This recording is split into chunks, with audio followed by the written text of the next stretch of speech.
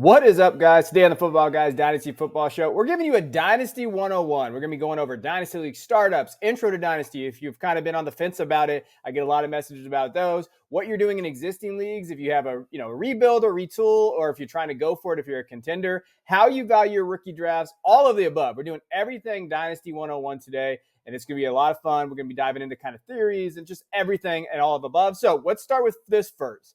Intro to Dynasty. What the heck is Dynasty if you haven't been there? I do know that Football Guys, maybe on the YouTube channel, those things, you're more of a redraft player. So for us, it's like, okay, let's introduce you to this Dynasty. It's January now. Startups are going to come around the corner. And it's an exciting format to dip your toes in. Only one league. You don't need to do 20. Okay, just one. Don't be Jeff Bell.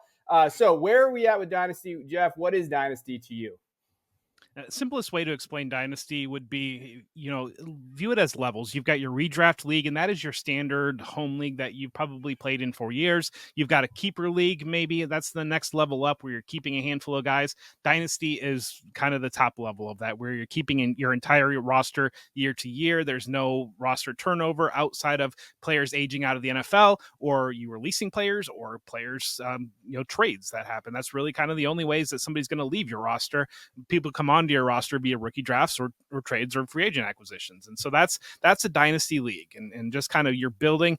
Typically the leagues are deeper. The benches, the starting lineups are usually deeper. It's, again, I think most standard leagues are a 12-team league. You're dealing with usually 10 starters there. And most leagues are going to be super flex leagues. You're starting 2 quarterbacks. You're starting 8 position players, whatever mix you want to have out of that, of running back, wide receiver, tight end, flex. But that's where most leagues stand. And most leagues are running roster sizes of about 28 to so players. And so you're really, once you kind of build that up, your free agents are going to be very thin usually. And you usually only get a handful, maybe 10 to 15, if that, of players that come in through free agency after the draft that you will be adding in free agency that will actually hit your lineups. Because, and especially once you build your team a couple of years in, you do it right, and you follow us and we tell you the right guys to do, and you learn on your own and develop your own methods, you're going to be having stars at most every starting position. And that's kind of the ultimate goal of what you're shooting for in building a dynasty roster. Yeah, I think, I've transitioned some of my former home leagues to dynasty leagues. And, you mentioned like a lot of them are 12 team. You can start a dynasty league with 8 teams, 10 teams. The lineups will be stronger, and maybe that's more fun for you. But in selling dynasty, this gives you more control over your future. In redraft, people don't like to hear it, but there is some level of luck involved in fantasy football. If you draft a whole team and they all get hurt, your whole season is kind of in the toast. But in dynasty, you can make moves that will then help you next year or the year after. And that's the fun part. It gives you full control. You're basically a GM of a roster. And for those of you who are super invested in the NFL, it's a lot of fun. If you ever played Madden growing up, that was kind of my introduction to dynasty leagues. I was into Madden growing up, and I wanted that control over my fantasy football roster. And so it gives you some of that. It's a lot of fun. Now, as we get into kind of like, we know the format, well, what to look for when you start one, because I think that's super important. Understanding what to look for in a dynasty league, because you always hear out there that like dynasty leagues don't last more than 2 to 3 years, or dynasty leagues are not there anymore, and that's kind of a negative part of this community, but also of fantasy. Like you can see kind of leagues fall apart. My big takeaway, and I'll go to these guys about what to look for. I think the first thing that I do is I would start a dynasty league with people that are just like me, like new to the format. So if you have 11 buddies out there, like one of my first dynasty leagues was just 11 of us that had never done it before. It was with my brother and 10 of his friends, and we just started one. Now, we didn't know what we were doing, and there's more resources like that now to do it, but it helped us because you don't have that one shark ruining the league, gaining a bunch of assets, knows what they're doing in Dynasty, where I would try to look for a league where everybody's pretty much the same level of comfortableness. I don't even know if that's a word in Dynasty. Like they feel like they're not, maybe they are like really good Dynasty managers, and you like really want to go in that league. But try to find one you're comfortable with, where you can have mistakes and learn from it together almost. And so that's the first place I would start. buddies around you or people around you that are very like-minded that want to try something, and then you go look for the bylaws that we even have. I have extra bylaws. If you ever want, you can DM me for just dynasty leagues in general, where you can just start a league. Hey, we're going to follow this. You can edit and change it. And I always advocate to build bylaws together the first time if you have a good group of guys. And what league do you want? Tailor it to what you think is important, and then you can make changes later. I think that's the biggest thing for Dynasty. Jeff, what do you think is the most important? To rewind off of that and to kind of start where you're saying, if you can't find 11, 10 people around you, whatever it is, that want to do it, and I understand if you're out there and maybe you're the only person in your league that is a Football Guys subscriber, and maybe we're winning you leagues and you don't want to tell other people about Football Guys, go ahead and reach out to us. Go ahead to reach out to join the Football Guys Discord. Reach out to Joey Wright, Corey Spalla is on the Dynasty group here as well, and some of these we can do our best to try to pull some groups together for you and to try to get people that are on your similar experience level, because I know personally for me, there was a big impediment to start to get into Dynasty because I didn't know people that would play Dynasty with me, and wasn't involved in Twitter. And if you get involved in Twitter, other social media, that's another great resource. I believe sleeper.com is a hosting site that most people are going to use for Dynasty. They have forums that can get you into Dynasty leagues. So there's resources if you're out there, and if you don't know people around you to play it, it is more fun if you do know the people around you and you're playing it. And I think that that's a great point. But Kevin makes a great point there on starting at the same place. And that's a key. What I really look for in a dynasty league is activity. I need to see people that are active, and that's where the real struggle comes in, because if you've got half a league that's not active, or it can get to an ugly place quick, because you've got teams that are not, and really a healthy dynasty league, you're kind of looking at having 4 or so teams that are strong teams that are contending, another 4 or so teams that are realistic about where their roster is and trying to target young players, and then kind of teams in the middle a little bit that might want to see how the season plays out before they kind of push one direction or the other. And that in my mind is a healthy dynasty league. It kind of naturally you'll get to that point, because ideally, the contending teams probably are not trading the older players they have on their roster to the non-contending teams unless those teams do well in building youth and become contenders. And so you're kind of should always have a little bit of a cycle. Now, if you do it very well, and the way that the 3 of us like to do it, you're constantly trying to pull younger teams to being contenders and constantly looking for those exit points to continue to kind of maintain that contender status. And that's where I think the ideal is. But I do think that one of the most important things is making sure that people are going to be active. And one of the things that, and we'll get into startup drafts, but if you don't have trades happening in your startup draft, that's going to be a big red flag. And I think one of the things that I like to do when I join a startup draft is I like to make a trade early just to try to get the ball rolling, be one of the most aggressive ones, that in hopes that other people will trade as well. If you go through a whole startup draft, nobody's moving around at all, and you're just kind of making your pick when you go up, that does not make me feel good about the future of a league. I agree with you, Jeff. I also think that on some level that's like Dynasty 201, because I think there is some level of nervousness to lose a trade, and we probably should have discuss trading and comfort level in that. We touched on that a little bit in our mailbag episode, but I do think that the best way that I have found to start in Dynasty is with your friends. Now, I want to preface this with there are some leagues that I've been a part of that transitioned to Dynasty. Half the league wasn't active and no one really liked it. And so they transitioned back to being just a keeper league or just a redraft. That's totally okay. If you find that you're one of those people that do like Dynasty, though, like Jeff said, reach out to someone here on this show or at Football Guys. We can kind of help you get into a Dynasty league, even if your friends aren't the ones that are in there with you. But and it's not going to be for everybody. It does take a level of attention that redraft doesn't always take. And so you always have to know where your rosters are standing. But yeah, like what to look for in starting a league, join one league, because like Kevin said, joining 20 can be pretty intimidating. Even if you manage like a few redraft teams and things like that. It's a lot different with Dynasty. So be cautious about how many leagues you join. But yeah, I mean, just get in with some guys that you feel comfortable with, like building bylaws with, tailoring a league to what you want to do. I think when you're looking at it too, I think that being all on the same page is the most important thing when you build this and have the bylaws, and that's why we have those out there. But before we move on, we are going to dive into more strategy here. Like that was just the intro. Hey, what is this? But before we move on, take a moment to like this video, subscribe to the channel so you never miss an episode. Comment below with your questions, trades, or any thoughts on the topic. Also, make sure to head to footballguys.com/plans to become a premium subscriber. Elite subscribers get custom Dynasty content, IDP, salary cap, and best ball content for less than $70 annually. Head to footballguys.com/plans to join today. And we're going to try we're going to feed you Dynasty content all off season long. So we're going to make sure that you get advantage of that subscription. And that's one of the other things about Dynasty. Kind of goes all year long. Yeah, if you don't know us, we're degenerates, and we work way too hard. And so we just plan on that on the off season as we go through to help you with your dynasty leagues.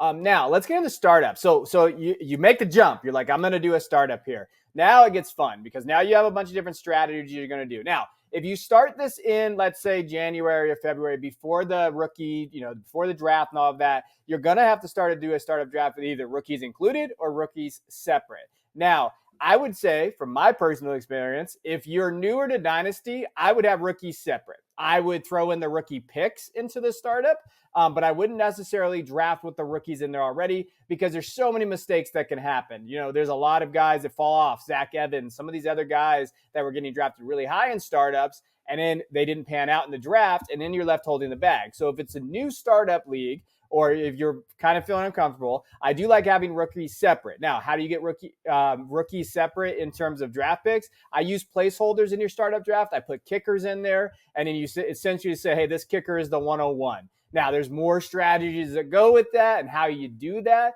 But the very simple to me is like the strategy for the easiest way to kind of handle these drafts, if you're new to the format, is definitely having the rookies separate. But if you do the rookies included, Jeff, what do you think about that? I'm fine either way, to be honest with you. But I don't know. You mentioned we're degenerates, and I'm more comfortable operating in that. And I understand that people aren't going to have that comfort level, especially if you're drafting in February or March, not having that comfort level of actually making that rookie pick at that point in time. I think that rookie draft timing is kind of a conversation around that in general as well. I mean, I don't know. I'm somebody that I put the work in, and I like to have my rookie draft before the actual NFL draft because I think that it gives me an edge. But if you're somebody that you're not diving deep into rookies and you want to wait until the actual NFL draft and kind of have a good idea, I don't blame you there at all. That's fine too. So whatever way you want to set it up is perfectly fine. I do think it's worth mentioning when we're talking about roster sizes here and league sizes. I mean, you're looking at potentially 25 plus roster spots. This draft is big. This draft is deep. And so you're going to want to do this as a slow draft. And the way that, so ideally starting off, you want to do a slow draft. You can dabble into auction. You can go to different ways. But, if in your mind, if you haven't done Dynasty yet and your idea of a fantasy draft is you and friends going down to the local bar or whatever it is and kind of spending an afternoon drafting your lineup, you're not going to be able to do that in most dynasty leagues. And so that is starting off a slow draft. Usually I like to do 8 hours on the clock, but I also like to make sure that you're letting people know that they are on the clock. But that is a key point there. Yeah, and diving back to the rookie draft. So the rookie draft is very important because of how these players are on your roster. So you want to make sure you're drafting the correct rookies or identifying guys that you think have an opportunity to make your starting lineup, right? So I think when you're first starting out, it's most ideal to separate that from the actual draft because there's more opportunity to kind of see how the board falls. Where you're comfortable with the full board with the slow draft and everything with the veterans, but the rookies can sometimes you sometimes have to weigh where you're going to take a player, right? So if Bijan Robinson was a first round pick this last year in most dynasty startup drafts, or close to it, right? That might not be the case, or you might feel less comfortable drafting Bijan in the first round in your first ever dynasty draft because you're unsure of how to construct that roster. So my advice would be to separate those two drafts. Yeah. As you continue to join dynasty leagues, you'll probably see some that rookies are involved, and as you get a higher comfort level, I think that that's okay. But the slow draft point is key. I've tried to do a fast dynasty draft before. It was one of the worst experiences of my life. It's not easy to try to construct a roster that you're going to have for a long time. This is a long-term roster within a short time frame, whether it's 2 minutes or whatever your normal clock is. 8 hours is my ideal time as well, just because there could be people in different time zones. But if you're with your friends, they could be at work and have to pick on their lunch break or whatever it might be. So keep that in mind as you're setting up your startup draft. The best time to do drafts, in my opinion, is if you're new or whatever, wait till the draft's over. Just get your league together, get your bylaws together. You get excited. Like in one of my drafts, we did the March Madness. We actually did like the March Madness tournament as like where we got our picks at, like just to get excited about it before we even did our picks in June, because, I think that can really get people off to a bad start. Also, know when you start it, because if it is 8 hour clock, it could take a little while. You got some people that take some time. So like you want to January, February, March, don't have that thing go into April when you start getting draft news and all that stuff, because it kind of can tip the balance of the league. So know when it starts there. Now, when you're starting to draft, we have a bunch of different strategies on how to do that. We've talked about it. We're going to dive into a lot on the show throughout the offseason. We have articles written by all of us in terms of what we like. I'll say right now, like in terms of dynasty, a lot of people are going away from running backs. If you listen to our last draft, we talked about how only 5 got taken in the first 36 picks. So there is that. There's also, when you're doing dynasty leagues for the first time, the first year is the easiest year to win it. Win now. Like it's the easiest because everybody got to go as youth, and you can really kind of get some good production out of your veteran guys, and you can go get it. Like Mike Evans was a perfect example this last year, going 7th, 8th, 9th round. I'm not sure off the top of my ADP. Probably get canceled for that since I don't know ADP. But if he's in that 7th, 8th, 9th round there, you get him, you get that volume, and you get the targets there. You really like that. And then there's a productive struggle where you basically kick the can down the road. You really struggle your first year, but you set yourself up with young guys. I think it's an interesting model of how you build. To me, anchor running back is my favorite. I pick one running back like Gibbs, Bijan, Hall, and I build around them with wide receivers. That's kind of generally how I build my teams. Jeff's a zero running back guy. I don't know if he's going to mention that. And then Christian just loves his running backs. But Jeff, what do you talk? So what kind of strategy do you like to use or utilize in your leagues? I'm a big believer in the productive struggle year one of a dynasty league. You kind of have to eat that entry, but I think that what you can do with youth, especially if you are aggressive and you target youth at every pick. I've worked with people before and kind of explained how I look at a draft. And if you're looking at tiers of players and maybe you've got 5 guys kind of similarly grouped together, but one of those guys is a 23-year-old and 2 of them are 28-year-olds. If you take the 23-year-old, you've got a lot longer runway there. And so by doing that, you can set yourself up. And if you're willing to kind of eat it that first year, you add a lot of value onto your roster by selecting a high rookie, whether it was, CJ Stroud, Bijan Robinson last year, or looking at this year, maybe it's Caleb Williams, maybe it's Marvin Harrison Jr. But the other thing too, is you're getting a second cut there at your second round pick being roughly similar value to the picks at the end of the first round. And then your third round pick, you can probably get a pretty good player at that third round pick as well, because we do see a lot of the rookie draft kind of, it feels like it falls off around 3 or 4 ish. You're starting to throw really darts after that point. So I like to start the league out that way, because then I'm kind of bunching everybody into a production window together and allowing them to move down. And as you as those players get more comfortable into their careers, reach their prime, you're kind of all hitting your prime together.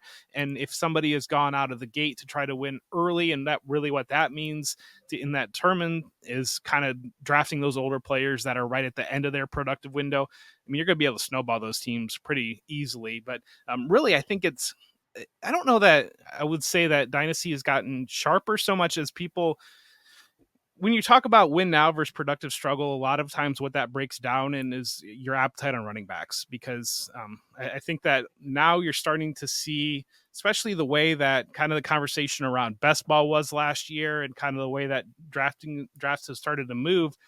You're getting a lot more people that are willing to go towards that zero RB build, or kind of making sure that they target those quarterbacks and wide receivers early. And I think that was a bit of an edge a couple years ago that I think has kind of disappeared there. So I think when you talk about win now, it's really kind of your window on how you're willing to draft a guy like Cooper Kupp or Stephon Diggs, whoever it might be, and running backs. How many running backs you'll add early versus how many younger wide receivers or quarterback shots that you want to take, and kind of building those benches and being willing to have kind of a weaker point at one area.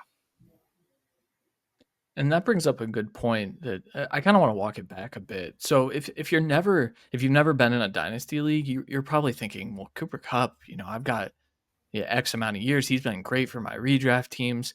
There are age cliffs, and it's important as a new dynasty player to understand what those age cliffs are. There's a ton of research on it. I don't have the exact ages where production starts to fall off the top of my head, but I mean, running backs really after age like 26, 27, depending on their level, can start to fall off.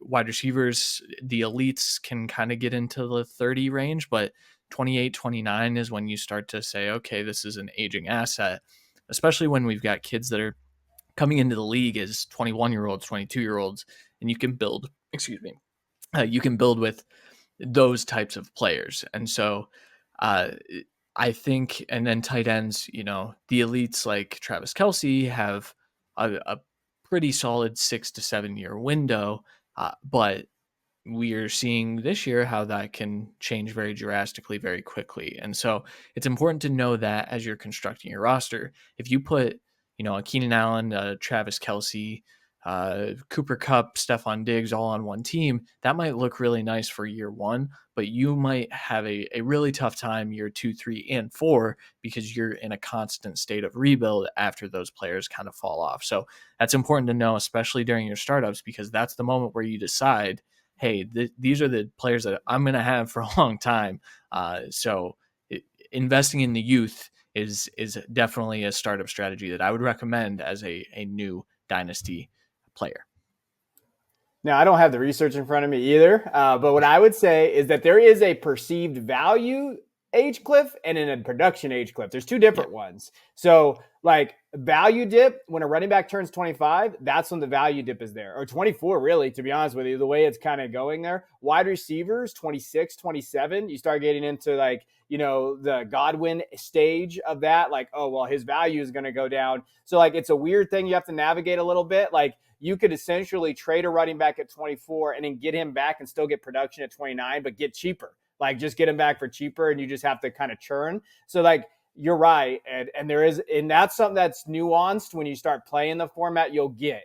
I think that it's very less arbitrary now. It's like, okay, now I know that this guy he's coming quick here in terms of his decline, or he's coming quick in terms of his value decline. When do I need to get out? And I think that is the next level stuff that you'll get into. But just knowing those production age cliffs are just as important. I do want to make sure we get into this too, like how you continue to build out your dynasty roster. These guys have kind of touched on that. You have to, this is why it helps being in less leagues. You have to churn your roster as much as you possibly can, especially the bottom, the roster cloggers, guys that just going to, Michael Gallup is a reminder of that. Like guys that like just kind of hang out down there that you can't plug in your lineup week in and week out, that are just sitting there and declining out. Like, you have to consolidate talent as much as you can and get as many top 24 assets as you can on your dynasty roster, and you just got to building out through wide receivers, generally speaking, how everybody does it. I think there's outliers though. I think there's ways you can build a dynasty roster out through the running back position, or even like tight ends if it's tight end premium.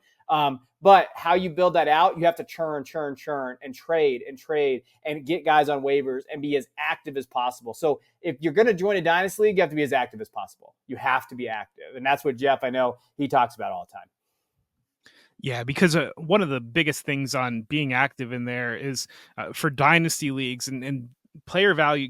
Get familiar with the term player value, because that's kind of what drives everything. But you get these micro bursts of Maybe a quarterback moves in, like Josh Dobbs is a good example this year. There was a little bit of a window, couple week window, where people were convinced that Josh Dobbs would be the franchise quarterback for the Minnesota Vikings. And if you had Josh Dobbs, ideally you added him for next to nothing, or free on your waiver, whatever it was, and you were able to capitalize in that window, get a second round pick or something like that, because you see the value drop off from there, now all of a sudden you've built in and insulated a little bit more value into your roster. And so being aggressive in those windows and really looking for those teams, and really it's I want to shout out to Leo Signa is really, really smart, and he's an old school Dynasty head. He's played this for years, and he's extremely intelligent. And one of the things he talks about is understanding your league, knowing your league mates, and kind of the easy way to step into that is when you've got these guys in these windows of value, either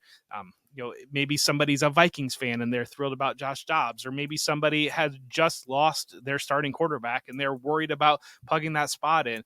And that's one of I think the biggest keys on kind of limiting how many leagues you're in until you get really comfortable, is the ability to dig in and understand who's on everybody else's roster as well. And as you get into those value windows, maybe a running back spikes and you're not convinced long term that it's going to be there, but you can look and see, well, he's having trouble plugging that running back hole in his lineup, and I can capitalize on that value there. So those types of little windows, I think is one of the more advantageous things that you need to learn and develop and be comfortable with Dynasty. The flip side is there's sometimes players that your league mates aren't going to value in a way that maybe they should, right? So an example that comes to mind is Jerome Ford, running back for the Cleveland Browns, coming off a really nice stretch of football with Joe Flacco under center, right? A lot of people look at that roster, look at Jerome Ford as an asset, as a dynasty asset, and say, well, Nick Chubb's going to be back next year. Jerome Ford's going to be the backup. But there's definitely a window where you can plug him into your lineup probably for the first 8 weeks of next season, where he's the starting running back, and then you can flip. And so, these guys both talked about churning your rosters.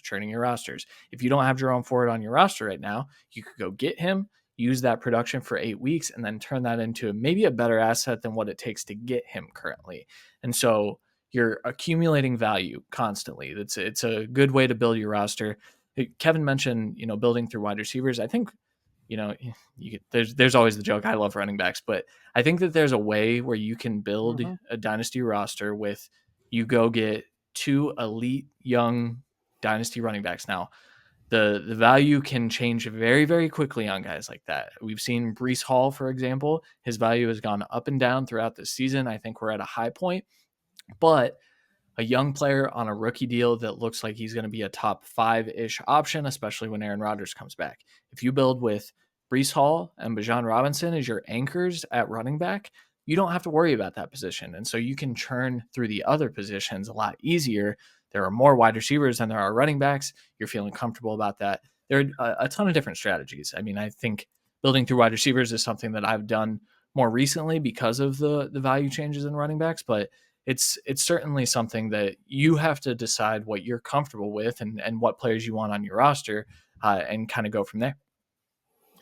Let me just be very clear. Knowing how your league mates value players is the most important thing in a dynasty league. Knowing who these guys like and knowing kind of where their value's at. And that's why I always really talk about, and that's why we're going to talk about, like, if you're in a league right now, evaluating whether you rebuild or a contender, you should have audits of your team all the time. But you also need to look at, like, the other players in your league and understanding kind of what their team needs are, and then who do they usually go after. I advocate keeping a Excel sheet, and I'm terrible at Excel. I hate spreadsheets. These guys know I'm allergic to them. But I just put their team names in, and I can see what trades they've made. So, like, Jeff, as he's making his 100 trades in a year, like he always does, I know kind of where he is targeting. Where is he going? What kind of players does he like? Now, this might be someone that you don't know. You're in a dynasty league of just random people, but it allows you to kind of understand what they target. And then those are the guys you should go to first, because getting a trade done is hard because people don't want to lose trades anymore, which what I would argue is that, a trade that looks like you lost now, next year you'll be a big winner sometimes. So just know that. But at the same time, like, understanding kind of like, hey, I know if I need a running back, I can go to this guy.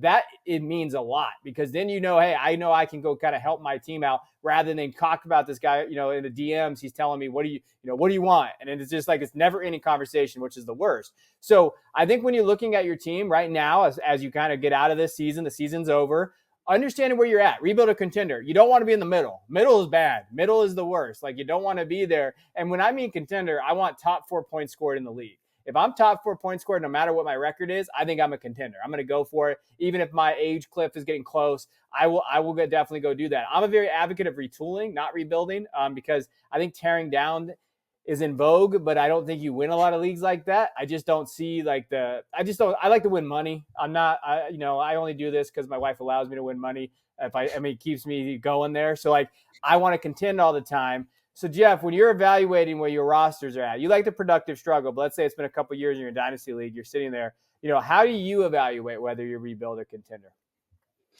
I guess the easiest way would be to you look at things like all play record, look like things like points scored. But first off, I do want to say I'm really glad that you know where my teams are going, because I don't always know where my teams are going. So I'm glad that you track that data. But no, it's I touched on it a little bit ago, and kind of what I'm always looking to do is I'm always trying to be a contender. Like I said, I eat it a little bit on the front end to try to put as much young value into my roster as I possibly can. And then ideally I'm in contender status, and I'm very aggressive. As you guys know, I believe in selling a player a year early than a year late. And I do that quite a bit. And so I'm kind of always looking for those opportunities. I mean, for example, in my home league, and we talked about it on the show before, but I did a trade with Tony Pollard. Is kind of like, well, this is a high value area for Tony Pollard. He's 26-year-old running back, and I know my draft pick's going to be late, so I saw an opportunity and I moved into Garrett Wilson. And Garrett Wilson is a young wide receiver that was going to be a core member of my roster for the time moving forward, gives me some points right now and kind of keeps me in that status. And so I'm always kind of looking for those pressure points on my rosters, and kind of, I guess the way that I would describe it is like, you're going to do some landscaping, you're going to put a garden in, and at first there's a lot of work involved in that. You're wanting to see things grow. As that happens, you get to a point where you're not so much worried about things growing and whatnot, and you're kind of more like trimming the hedges and kind of doing maintenance on that. And so, like, ideally, once I get into year 2 and 3, I'm kind of more in that maintenance of like trimming the hedges type on my lineups, where I'm like, okay, well, this is a guy that has given me good production. I'm worried about where his value is going to go. I'm going to go ahead and see if I can move off of that. And so kind of trying to always do that. And along with that roster churning that you're talking about, really kind of churning both that bottom end of your roster to push value up, but then also kind of being aggressive about those situations where you're seeing guys that are falling off a little bit, and where can I move into younger production, or can I add draft picks off that? I will say, I think it's gotten much, much harder to trade for draft picks, because I think you get a lot of people that have either been burnt in by trading their draft pick and it turns out to be the 101 and they don't ever want that to happen again. Or you just kind of get a lot of examples, or people realize that the cheapest way to get Jamar Chase as the 106 in the draft when he was a rookie, relative to trading 3 or 4 first round picks for him. So like those types of situations I think are very prevalent now, whereas a couple years ago, I think the approach was a little bit different in Dynasty.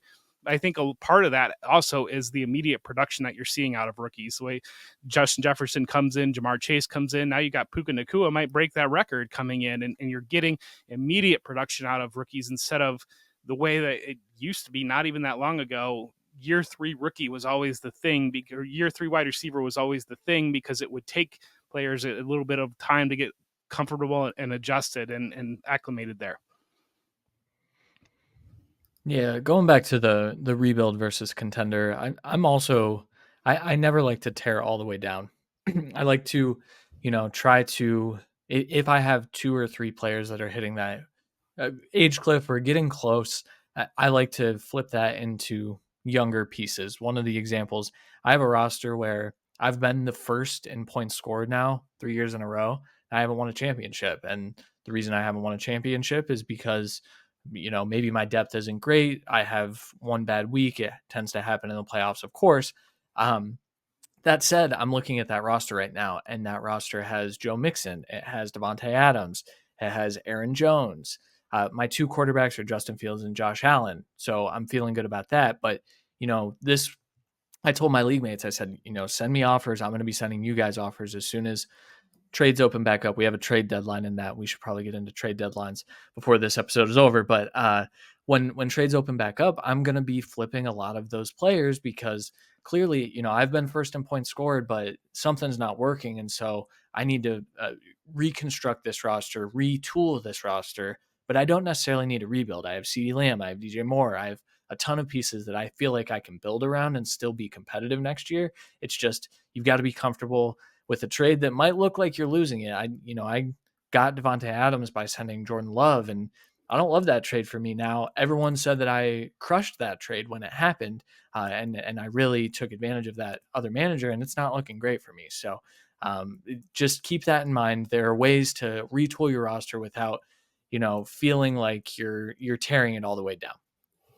I do think too, as it's hard to really go over this on video of like how to really do all this stuff. Like we're giving you guys a synopsis. There's going to be a ton of content at Football Guys on how to do each one of these things. I already kind of have an audit article out there if you want to take a look at it.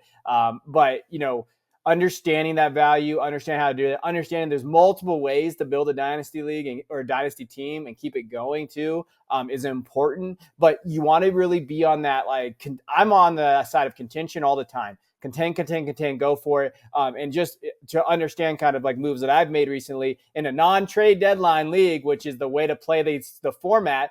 I got knocked out of the semifinals of one of my leagues. And I traded Kamara and a third for Spears and a first, Tyjae Spears. I need to get younger. I'm okay with getting the first. I'm going to probably flip Spears for a wide receiver once Henry leaves. If he does leave, I hope he leaves, please leave. And so then I can flip that asset, right? Like there's ways to do those things, and we're going to be helping you along the way if you want to try this format. Jeff, what's one last takeaway from this kind of conversation about even the existing leagues or draft strategy or anything like that? Don't have trade deadlines, I guess, is part of it. But the biggest thing I think that we've kind of danced around that we haven't gone in and addressed is the fluctuation in player value throughout the calendar year, because I think that that's one of the most important things. That as Kevin talks about moving Alvin Kamara. If you can move Alvin Kamara in your championship week, his value is going to be a lot higher than if you tried to move Alvin Kamara in February. And just kind of understanding that the cycle of win now players and when you can move those guys. And I think really, I think in my mind, there's two key areas that around the playoff time and then redraft August time are the times that you can really move off veterans and recoup some value. In redraft August time, people are drafting these players high because that's just what you do in redraft leagues. And so you're kind of thinking that anyways. And so you're able to look for those lineups that might have holes.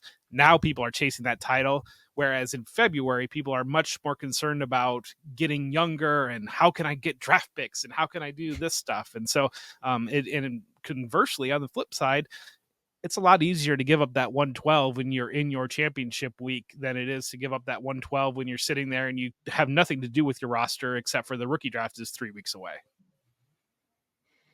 Yeah. The great part is we're about to talk about understanding player values and picks and things like that more in detail on the podcast. So the full version of this show and every show can be found on Apple Podcasts, Spotify, or anywhere you get your podcasts. If you're enjoying the show, head over there, search up Football Guys Dynasty Football Show, and come listen to the rest of Dynasty 101.